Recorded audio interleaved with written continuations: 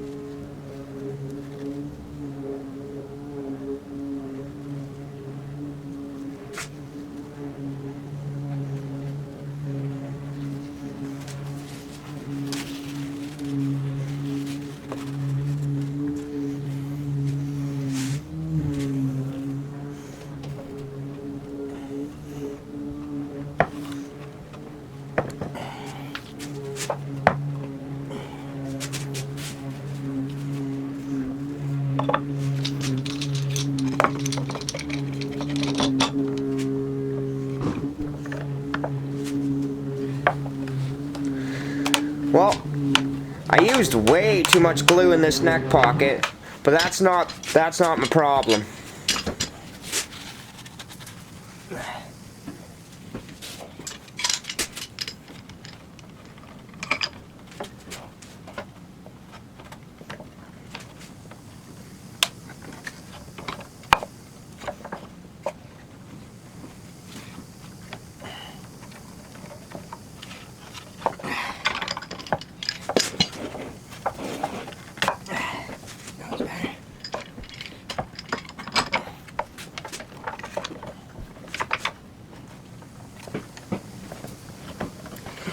Excellent choice of order of operations there, stupid.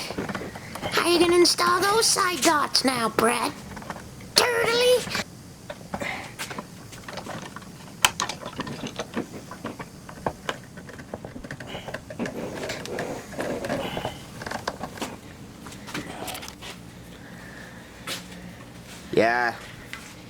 Yeah, looks really sweet, but it doesn't have side dots now. Or inlays. Total freestyle guitar. I actually like it.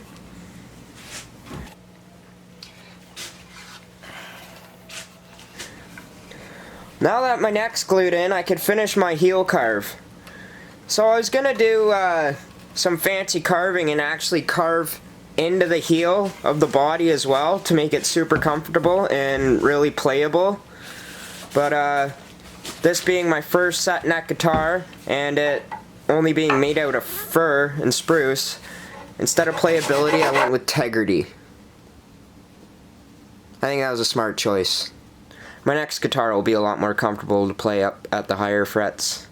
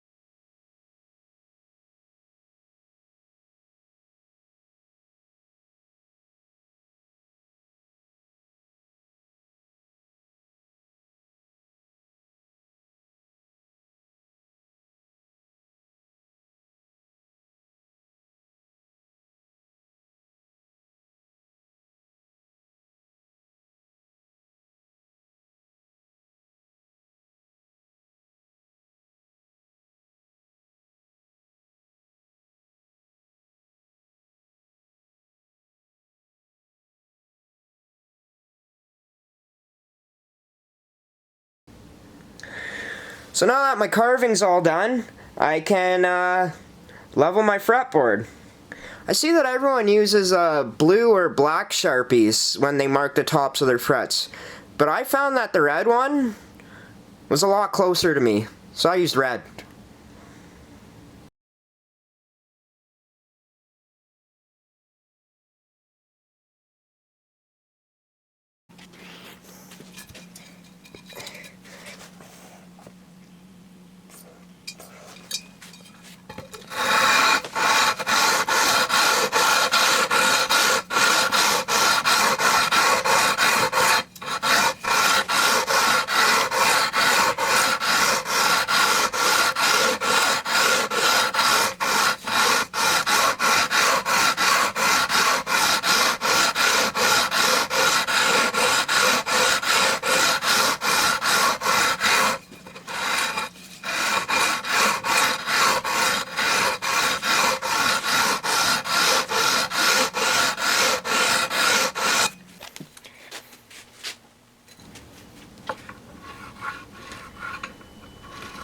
And I'll just show you a couple frets here of how I crowned it. I use my Crimson fret crowning file, which is a really nice tool. Crowning's a little bit of a learning curve, but I learned how to do it. I butchered a couple of them, but it ends up working.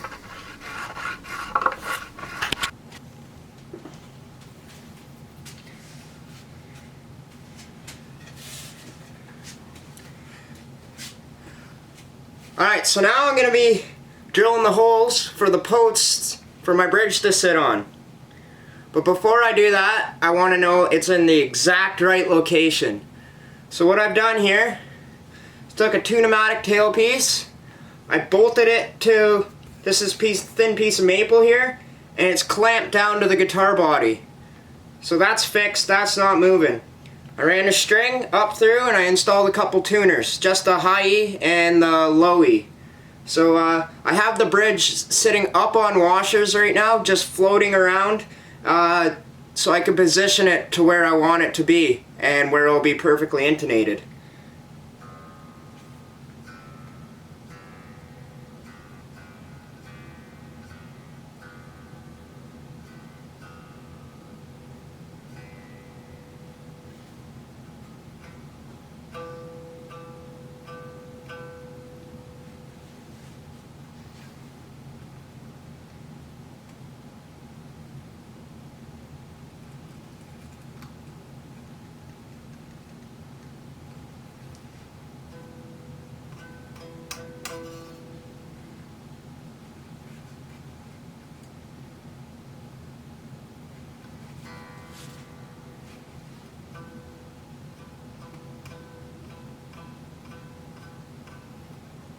E on open, E on 12. We're good.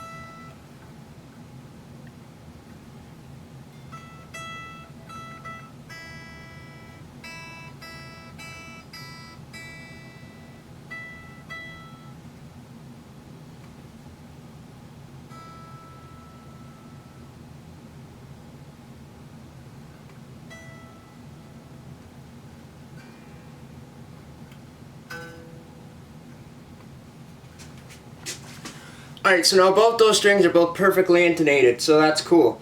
So next step. This is the post. This section in here is where the bridge is going to rest up against. So I'll be using a transfer punch. which is the exact same size as the post where the bridge rests in. And then I have the screws adjusted so I have play forward and backwards, but there won't be the gap and you won't see the screw. It'll still end up being covered under the head of the post. So I'm just going to take my transfer punch, set her up, line her in the hole, and then mark where my brad point drill bit's going to go.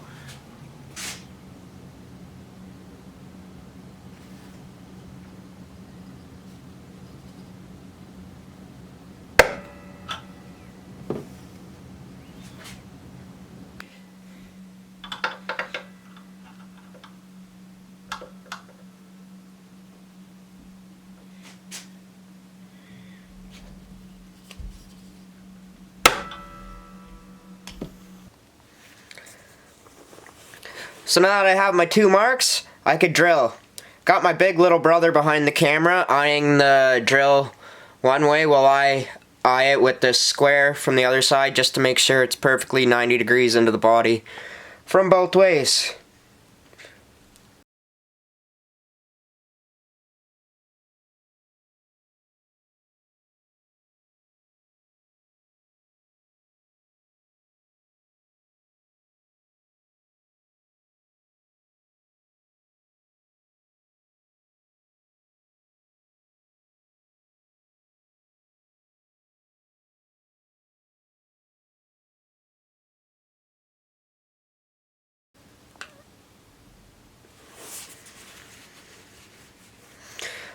So I now know where my bridge location is, and I know exactly where it's going to be.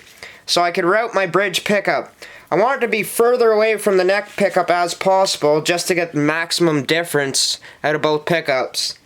I really don't know what I'm talking about, but I thought that, yeah, that's what I was thinking. So I did it this way.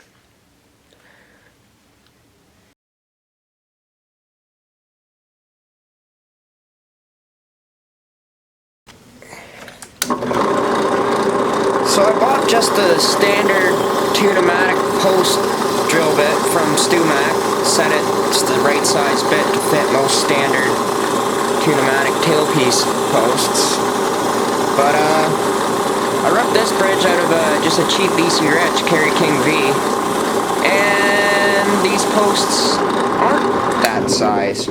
So I have to take it to my engineer's pillar lathe press here. And luckily the head just fits in the head of the drill, and I have to sand her down to size.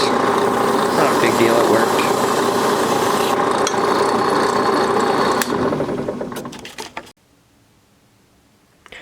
So I still feel like a dummy forgetting to put in my side dots, so I made sure not to forget the bridge ground. I didn't forget the bridge ground.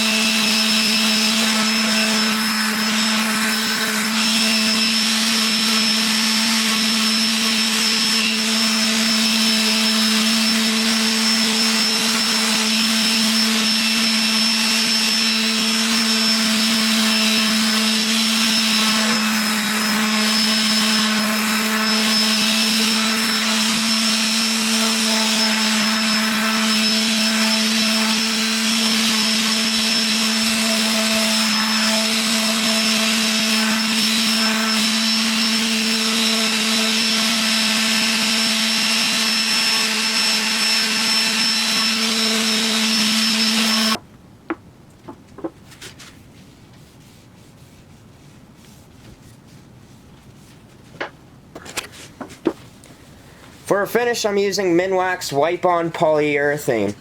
I actually really like this product. It's really easy to go on, and you could get a very high build.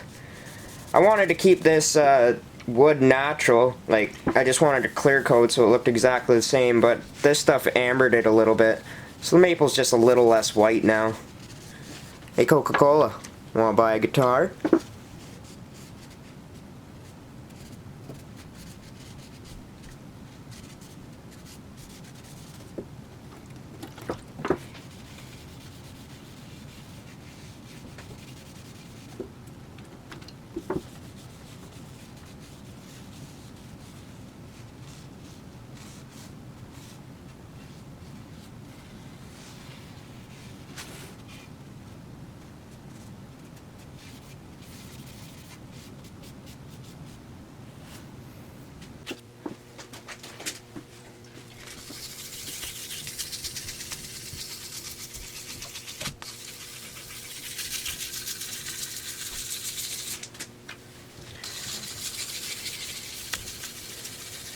After 15 coats, I sand from 800 to 2000, making sure to get all the scratches out. If there's any deeper ones, I would go back to 600 and then go all the way back up again. But luckily there was no scratches from 800 to 2000. I'm happy.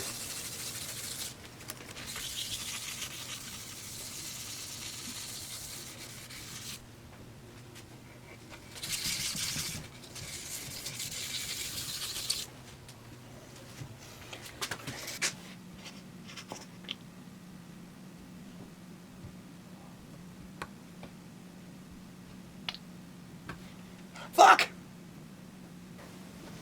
I'm polishing the guitar with Meguiar's Ultimate Card Polish.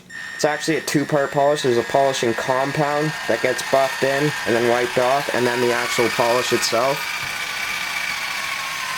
And I'm really happy with the results. This finish came out very well.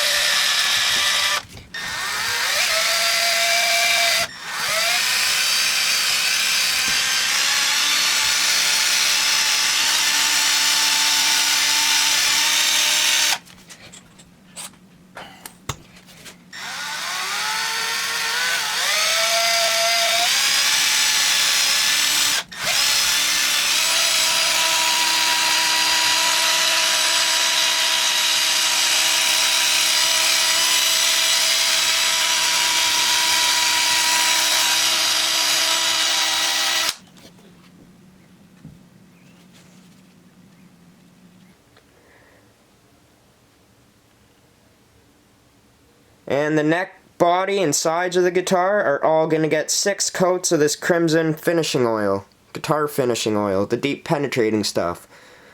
And this fur drank my entire bottle.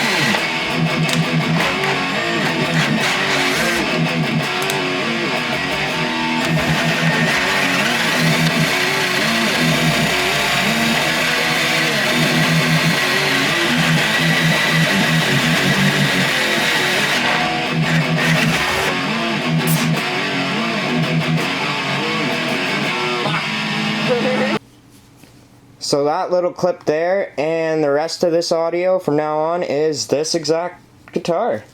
I friggin' did it.